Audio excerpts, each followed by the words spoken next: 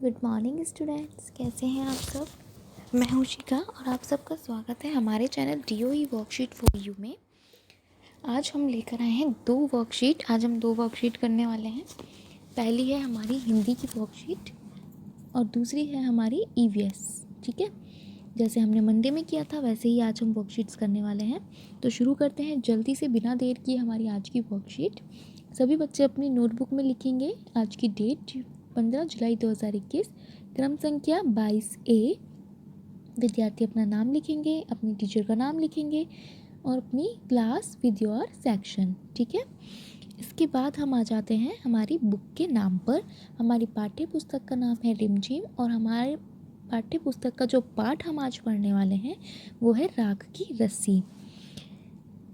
Students, आप सब राख की रस्सी पाठ हमारी प्लेलिस्ट से भी ले सकते हैं। हमने प्लेलिस्ट में राख की रस्सी चैप्टर पूरा पढ़ाया हुआ है बुक वर्क के साथ। आप वहां से देखकर बुक वर्क भी कर सकते हैं। इसका लिंक हम डिस्क्रिप्शन में भी दे देंगे। हमारी वीडियो के जस्ट नीचे एक एरो होगा साइड में, उस एरो पर जब आप क्लिक करेंगे तो डिस्क्रिप्शन खुल जाएगा, उसमें आपको लिंक मिल जाएगा और आप उस लिंक से आप ये चैप्टर पढ़ सकते हैं। ठीक है, तो चलिए शुरू करते हैं। बच्चों, आपने पाठ राख की रस्सी में पढ़ा कि लड़की ने अपनी समझदारी से लोनपो गार के बेटे की मदद की। इस कहानी में एक लड़की बहुत ही ज़्यादा समझदारी से लोनपो गार नाम के एक व्यापारी, मंत्री कह सकते हैं, मंत्री थे वो, उनके बेटे की मदद की जो बार बार शहर जा रहे थे। बहुत सीधा था वो लड़का और वो बार बार शहर जा रहा था भेड़ लेकर, किसी न किसी टास्क को लेकर, उसके पापा द्वारा दिया हुआ था। तो उसमें उस लड़की ने उसकी हेल्प की थी। एक कहानी आपने कक्षा 3 में भी पढ़ी थी, बहादुर बिट्टो, याद है आपको? 3rd क्लास में भी एक चैप्टर था ऐसे ही, बहादुर बिट्टो, एक बहादुर लड़की का। ऐसी और भी कई कहानियाँ आपने पढ़ी या सुनी होंगी जिसमें समझदारी और बहादुरी के किस्से होते हैं। नीचे दिए गए शब्दों से मेल खाते हुए शब्दों को शब्द पेटी में से छांटकर तालिका में लिखिए। यहाँ देखिए शब्द पेटी में कुछ शब्द दिए हुए हैं। प्रश्न 1 पे सहायता, शिशु, पुत्री, पुत्र, बेटी, सुत, सहयोग और बालक। आपको यहाँ पर पर्यायवाची शब्द करने हैं। ठीक है, यानी कि जिनका मतलब एक जैसा हो। जैसे उदाहरण में दिया है बच्चा, बच्चे को हम शिशु या बालक, जो इन्होंने यहाँ दिखा रखा है, ये भी कहा जा सकता है, इसीलिए इनको यहाँ पर लिख दिया। ठीक है, ये हमारे पर्यायवाची होते हैं। ऐसे ही आपको करना है लड़की, जिनके अर्थ समान होते हैं। लड़की को हम बेटी कह सकते हैं और पुत्री कह सकते हैं। ठीक है, तो यहाँ पर आप लिख देंगे बेटी और पुत्री। देखिए यहाँ पर हमने लिख दिया है बेटी और पुत्री। ठीक है, अब आप क्या करेंगे, एक हमने करके दिखा दिया है, बाकी हम सिर्फ आपको बताएंगे, आप अपनी नोटबुक में खुद लिखेंगे। बेटा को हम बोल सकते हैं पुत्र और सुत। ठीक है, सुत मीन्स भी बेटा होता है, तो बेटा का पुत्र और सुत, ये अपनी नोटबुक में यहीं पर आप मेंशन कर लेंगे। ठीक है, लिखेंगे इसको। मदद, मदद का पर्यायवाची सहयोग करना या किसी की सहायता करना। ठीक है, मदद के सामने आप 2 लिखेंगे, सहायता और सहयोग। अपनी नोटबुक में करेंगे आप ये पूरी टेबल बनाकर। आगे आते हैं प्रश्न 2 की तरफ। बच्चों, एक लड़की रीना कक्षा 5 में पढ़ती है। उसकी अध्यापिका ने उसे राख की रस्सी पाठ पढ़ाते हुए पर्यायवाची शब्दों के बारे में बताया था कि समान अर्थ वाले शब्दों को पर्यायवाची शब्द कहते हैं। सभी बच्चे पर्यायवाची शब्द की परिभाषा अपनी नोटबुक में लिखेंगे। ठीक है, ये परिभाषा सब अपनी नोटबुक में ज़रूर लिखेंगे, ऊपर परिभाषा और उसके बाद आप ये पर्यायवाची शब्द लिखेंगे। ठीक है, रीना के द्वारा लिखे गए गद्यांश में कुछ शब्द मिट गए हैं। क्या आप इन शब्दों को सही जगह पर लिखकर गद्यांश को पूरा करने में रीना की मदद करोगे? मदद के लिए आपको एक बॉक्स दिया है, इसमें कुछ शब्द हैं और ये रही रीना की कहानी, गद्यांश, जिसको आपको कंप्लीट करना है। चलिए पढ़ते हैं कहानी। एक राजकुमारी को घूमना बहुत पसंद था। एक दिन वह वन का पर्यायवाची, यहाँ पर हमें लिखना है वन का पर्यायवाची। तो यहाँ पर देखिए पेड़, व्याघ्र, पानी, जंगल, रात। वन का पर्यायवाची क्या हो सकता है? जंगल। ठीक है, तो पहले हम लिखेंगे जंगल। दूसरे में लिखेंगे वह जंगल में बाघ का पर्यायवाची, बाघ का पर्यायवाची होता है व्याघ्र। ठीक है, तो यहाँ पर आ जाएगा व्याघ्र। व्याघ्र के बच्चे का पीछा करते हुए खो गई, रास्ते में उसे एक चमकता हुआ वृक्ष का पर्यायवाची। अब यहाँ पर हमें वृक्ष की जगह लिखना है पेड़, तो यहाँ आ जाएगा 3 पेड़। ठीक है, चमकता हुआ पेड़ दिखाई दिया, उसने सोचा कि वह बैठकर जल का पर्यायवाची। अब यहाँ पर जल की जगह लिखना है पानी, बैठकर पानी पी ले और थोड़ा सा आराम भी कर ले। वहाँ आराम करते हुए उसे नींद आ गई और जब उसकी आँख खुली तब तक रात्रि का पर्यायवाची लिखना है। ठीक है, रात, तब तक रात हो चुकी थी। अरे वाह, हमने तो ये कंप्लीट कर लिया। तो अब आप सब बच्चे इसको अपनी नोटबुक में लिखेंगे और जहाँ पर आप ये पर्यायवाची लिखेंगे उसके नीचे आप लाइन लगाएंगे। ठीक है, रेखा खींचेंगे ताकि पता चले कि आपने क्या लिखा है। तो बच्चों, आज की पत्रिका आपको कैसी लगी बताइए। आज हमने इसमें पर्यायवाची शब्द के बारे में पढ़ा और जो पाठ राख की रस्सी है इसके लिए आप वीडियो ज़रूर देखें और अपना बुक वर्क भी कंप्लीट रखें। अभिभावकों के लिए सुझाव है, बच्चों के साथ शब्दों का हेरफेर खेल खेला जा सकता है। इसमें दिए गए शब्दों को उनके समान अर्थ वाले शब्दों से बदलना होता है। सभी सदस्यों में से जिसके शब्द ज़्यादा होंगे वो जीत जाएगा। हम पर्यायवाची शब्दों का प्रयोग करके शब्दों का हेरफेर खेल सकते हैं, यानी कि एक शब्द की जगह दूसरा उसी का शब्द लिखा जाएगा जो एक जैसा अर्थ रखता हो। ठीक है, जैसे वृक्ष का पेड़, रात्रि का रात। ठीक है, तो आज की वर्कशीट यहीं पर समाप्त होती है। अगर किसी को डिस्क्रिप्शन लिंक में वीडियो ढूंढने में समस्या हो तो आप मुझे कमेंट सेक्शन में बताएं, मैं लिंक कमेंट सेक्शन में भी डाल देती हूँ। ठीक है, आप वहाँ से ले सकते हैं। आते हैं अगली वर्कशीट ईवीएस पर जल्दी से। तो बच्चों, आ गए हैं हम हमारी ईवीएस की वर्कशीट पर। जल्दी से सभी बच्चे अपनी नोटबुक में लिखेंगे। आज की डेट 15 जुलाई 2021, नंबर 22B। ईवीएस की वर्कशीट है। 5th अपनी क्लास लिखेंगे, ABC सेक्शन लिखेंगे। उसके बाद बच्चे अपना नाम, टीचर का नाम लिखेंगे। टेक्स्ट बुक है लुकिंग अराउंड और यूनिट 1 है सुपर सेंसेस। तो बच्चों, आप ये तो जानते हैं, हमने सेंसेस के बारे में पढ़ा है कि मनुष्य अपने इंद्रियों यानी सेंसेस द्वारा अपने आसपास के वातावरण को महसूस करता है, जैसे देखना, सुनना, सूंघना, स्वाद और स्पर्श। ये हम अपनी सेंसेस के द्वारा ही कर पाते हैं। हमारी 5 सेंसेस होती हैं, उनके द्वारा हम कर पाते हैं। ठीक उसी प्रकार हमारे वातावरण में रहने वाले जानवरों के पास भी कुछ अद्भुत विशेषताएं होती हैं जिनके कारण वे अपने आसपास के वातावरण को समझ पाते हैं। जैसे कि कोई जानवर मीलों दूर से अपना शिकार देख सकता है तो कोई हल्की सी आहट को भी सुन लेता है। उन्हें बोलते हैं सुपर सेंसेस, यानी कि उनकी सेंस हमारी सेंस से कहीं ज़्यादा एक्टिव होती है। तो पहला पॉइंट पढ़ते हैं। जानवरों की इन्हीं विशेषताओं को समझते हुए नीचे कुछ रिक्त स्थान दिए गए हैं।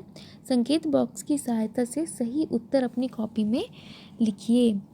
शेर की डैश उसे अंधेरे में चलने में मदद करती है। क्या हो सकती है? शेर की आँखें। शेर की आँखें इतनी चमकदार होती हैं कि वो अंधेरे में भी देख सकती हैं। ठीक है, तो यहाँ पर लिखेंगे शेर की आँखें। दूसरा है, सांप के रिक्त स्थान नहीं होते लेकिन वह रिक्त स्थान महसूस कर सकता है। सांप के क्या नहीं होते? सांप के कान नहीं होते लेकिन वह कंपन महसूस कर सकता है। सांप के सुना होगा आपने, कान नहीं होते लेकिन बहुत दूर तक जब हम चलते हैं तो उसकी वाइब्रेशन ज़मीन से होते हुए उस तक पहुंचती है और वो बहुत दूर तक की कंपन को महसूस कर सकता है। तीसरा पॉइंट है, उल्लू डैश को जागता है। कब जागता है उल्लू? रात को जागता है और डैश में साफ साफ देख सकता है। कहाँ पर? सुना होगा आपने, उल्लू रात भर जागता है और वो अंधेरे में साफ साफ देख सकता है। यहाँ लिखेंगे अंधेरे में। कबूतर की आंखें कहाँ होती हैं? सिर के दोनों तरफ होती हैं। देखा होगा आपने, कबूतर की आंखें सामने नहीं होती, साइड में होती हैं, तो सिर के दोनों तरफ होती है। बाज हमसे दूर तक देख पाता है, तो आपको पता ही है बाज हमसे 4 गुना दूर तक देख पाता है। ठीक है, वो इतनी दूरी तक आराम से देख सकता है, उसकी नज़रें बहुत तेज़ होती हैं। प्रश्न 2 पर आते हैं। नीचे कुछ जानवरों की विशेषताओं का विवरण दिया गया है। जानवर की विशेषता का मिलन संबंधित जानवर के साथ कीजिए और सही उत्तर अपनी कॉपी में लिखिए। जानवर दिए हैं, इनके ऊपर कुछ नंबर डले हुए हैं 1 2 3 4 5। हमें यहाँ से पहचानना है कि कौन सा जानवर किस विशेषता को अपने पास रखता है। ठीक है, इसके लिए बच्चों आप क्या करोगे, आप नोटबुक में अगर चित्र बना सकते हैं तो बनाइए, अगर आप चित्र नहीं बना सकते तो नंबर डालकर 1 2 3 4 5 और इनके नाम लिख दीजिए। ठीक है, जैसे कुत्ता है, शेर है, छिपकली है, मछली है, बंदर है, इस तरीके से आप इनके नाम लिख देंगे। ठीक है, और उसके बाद नीचे ये लिखेंगे, फिर आंसर करेंगे। काम प्रॉपर करना है, ठीक है, सफाई से, अच्छी राइटिंग के साथ। ए है, मैं तरह तरह की आवाज़ों द्वारा पानी में चेतावनी देती हूँ। कौन हो सकती है, मछली। ठीक है, डॉल्फिन है, तो यहाँ पर 3 नंबर आएगा। मैं अपने जीवन काल में 8 पेड़ों पर ही घूमता हूँ। कौन है, बंदर। ठीक है, तो यहाँ पर आएगा फर्स्ट नंबर।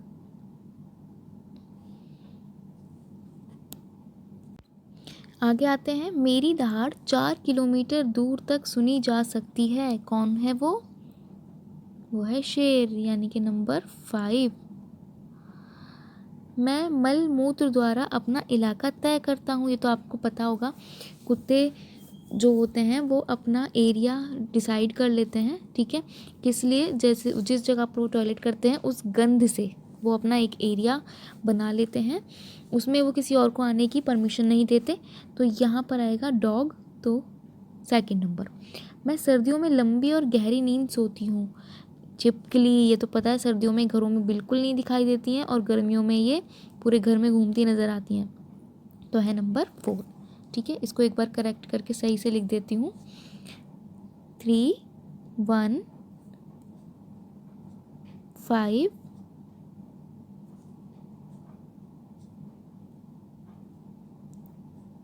2 और 4। ठीक है, इस सीक्वेंस में आप इनके नाम लिख दीजिएगा। प्रश्न 3 पर आते हैं। जानवरों और पक्षियों की विशेषताओं को ध्यान में रखते हुए नीचे दी हुई तालिका को पूरा कीजिए। यहाँ पर देखिए, इनकी विशेषताएं हैं सुनना, सूंघना या देखना। जो विशेषता है वो बताएंगे हम। देखिए, चींटी की है सूंघना,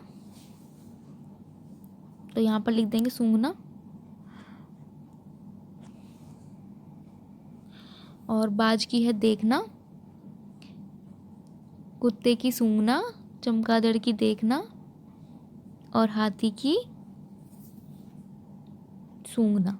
ठीक है, ये इनकी विशेषता है खास, तो ये सब लिखेंगे आप अपनी नोटबुक में। ओके बच्चों, हमने यहाँ पर लिख दिया है सूंघना, देखना।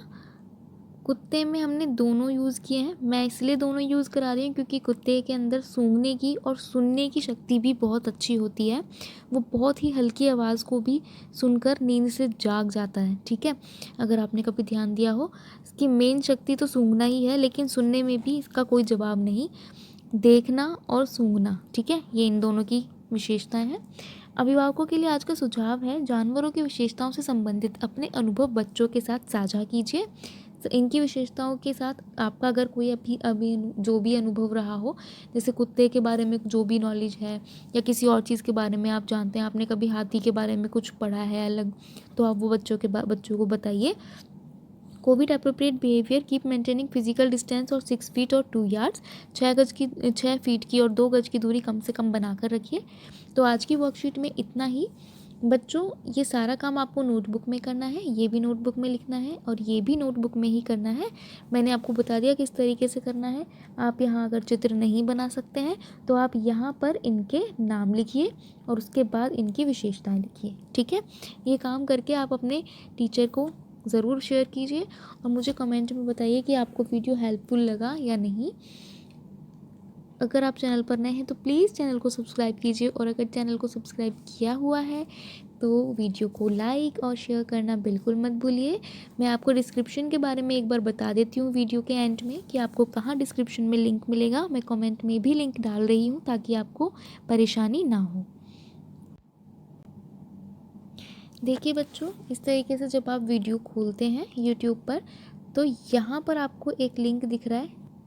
ये देखिए यहाँ पर ये दिख रहा है आपको। इस एरो को आपको क्लिक करना है। जब आप इस पर क्लिक करते हैं, देखिए इसको क्लिक करते ही यहाँ पर ये खुला इंटरफेस सारा। आप इसमें यहाँ पर कितने सारे लिंक हैं, आप जिस पर भी क्लिक करेंगे आपको वही लिंक मिल जाएगा। ठीक है, खुल जाएगा। 5th क्लास के बच्चों के लिए यहाँ पर नीचे यहाँ पर दिया हुआ है, मैं आपको दिखा दूँ, ये रहा। ठीक है, 5th क्लास NCERT बुक का लिंक, आप इस पर क्लिक करेंगे तो आपका चैप्टर राख की रस्सी आपको मिल जाएगा। ठीक है, यहाँ पर मैंने क्लिक किया, देखिए यहाँ पर 5th क्लास का लिंक खुल गया है। ठीक है, 5th class book work solution, और इसमें राख की रस्सी है। जब आप इसे खोलेंगे तो आपको चैप्टर मिल जाएगा राख की रस्सी। इसमें पूरा चैप्टर है आपके पास, आप यहाँ से देखकर अपना वो वर्क कंप्लीट कर सकते हैं। ठीक है, तो आज की वीडियो आपके लिए हेल्पफुल रही तो बताइए कमेंट सेक्शन में, और प्लीज़ चैनल को सब्सक्राइब ज़रूर कीजिए।